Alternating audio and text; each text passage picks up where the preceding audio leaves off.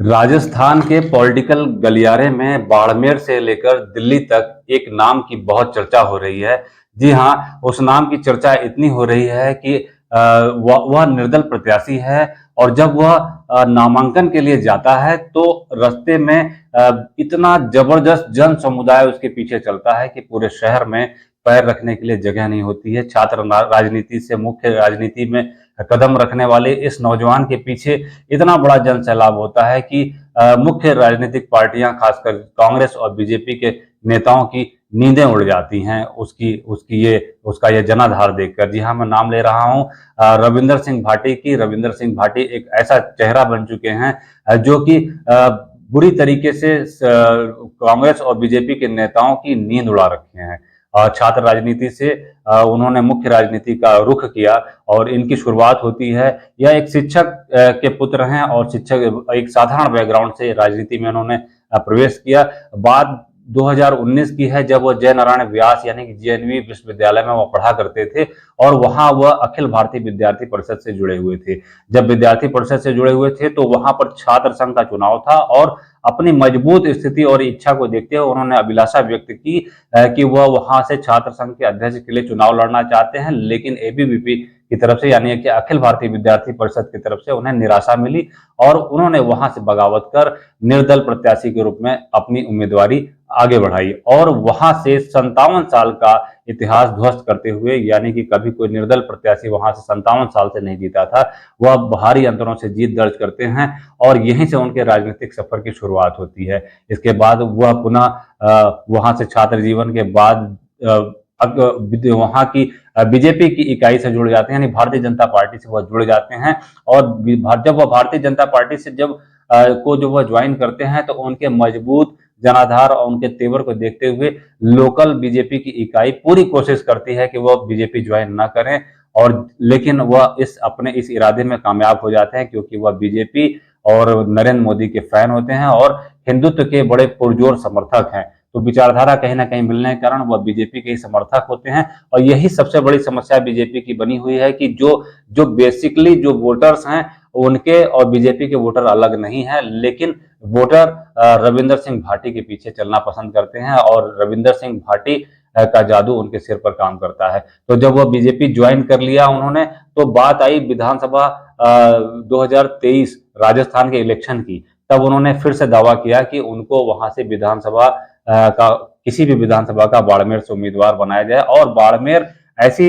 Lok Sabha seat रही है जहां जिसे कांग्रेस का गढ़ कहा जाता रहा है, लेकिन पिछले 2 बार से वहां पर बीजेपी के सांसद होते आए हैं। तो बात मैं कर रहा हूं 2023 विधानसभा की, तो उन्होंने दावा किया कि उनको विधायकी का टिकट मिले और उन्हें उम्मीदवार बनाया जाए, तो उन्हें पुनः वहां से निराशा मिलती है क्योंकि बीजेपी के नेता पहले उन्हें ज्वाइन कराने से रोक रहे थे, बाद में उनको पूरी तरीके से टिकट मिलने से रोक रहे थे। तो वहां स्वरूप सिंह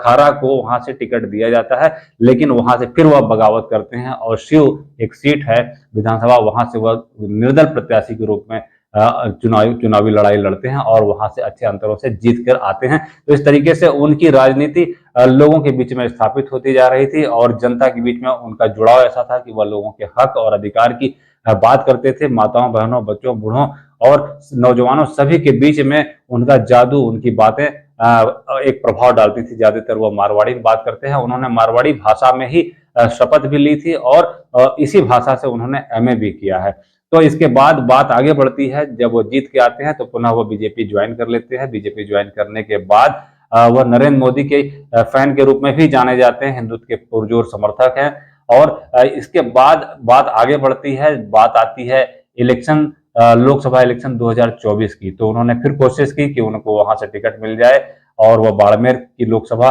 के माध्यम से संसद तक अपना सफर करना चाहते थे और एक मजबूत उम्मीदवार हैं उनके पीछे। बाड़मेर और पूरी आसपास की जनता का एक बड़ा जन सैलाब उनसे संपर्क करता है, उनके साथ चलना पसंद करता है और जो दृश्य सामने आया था उनके नामांकन के समय में, वह दृश्य प्रतिद्वंदियों के लिए बड़ा ही बुरा सपना और बड़ा ही भयावह दृश्य था क्योंकि इतना बड़ा जन समुदाय था कि फ्लाईओवर रोड, आसपास के हाईवे और नीचे की रोड, अगर आप दृश्य देखेंगे तो जबरदस्त, मतलब वहां पर उनके पीछे जन सैलाब चल रहा था। तो 2024 के लिए उन्होंने निर्दलीय नामांकन किया है और वहां से पहले से ही कैलाश चौधरी बीजेपी के सांसद हैं, और कैलाश चौधरी भी एक मजे हुए नेता हैं और काफी संघर्ष करके अपने इस मुकाम तक पहुंचे हैं। तो उनको टक्कर देंगे रविंदर सिंह भाटी, और रविंदर सिंह भाटी इस समय इंटरनेट की सेंसेशन बने हुए हैं। पॉलिटिकल गलियारे में उनके नाम की बड़ी चर्चा है, और बाड़मेर की सीट एक ऐसी सीट बन गई है जिसकी पूरे देश में चर्चा हो रही है, क्योंकि नामांकन के समय जो दृश्य सामने आया वह पूरे टीवी चैनल, मीडिया रिपोर्ट्स में छाया हुआ था। तो आज प्रधानमंत्री श्री नरेंद्र मोदी की वहां रैली भी हो रही है, और प्रधानमंत्री देखिए अपनी रैली कर कितना प्रभाव बीजेपी और भारतीय जनता पार्टी के उम्मीदवार के पक्ष में क्रिएट कर पाएंगे, क्योंकि रविंदर सिंह भाटी का भी वहां पर जादू जबरदस्त चल रहा है। तो यह एक जबरदस्त कांटे की टक्कर हो गई है, और वहां का पूरा मुकाबला त्रिकोणीय हो गया है। तो मामला बड़ा दिलचस्प है, देखिए रिजल्ट जो भी आएगा, लेकिन कयास यही लगाए जा रहे हैं कि अगर वो जीत भी जाते हैं तो वह पुनः बीजेपी के साथ ही चलेंगे, क्योंकि नरेंद्र मोदी के बहुत बड़े फैन हैं। तो फ्रेंड्स, बाड़मेर की राजनीति इस समय क्रिकेट के खेल की तरह बहुत दिलचस्प हो गई है, और जो चुनावी और जो चुनावी रणनीति के जो पंडित हैं वह उसका गहराई से अध्ययन कर रहे हैं। फ्रेंड्स, फिर आता हूं कुछ ऐसी मजेदार और चुनावी अपडेट्स के साथ। तब तक के लिए धन्यवाद, नमस्कार, वंदे मातरम।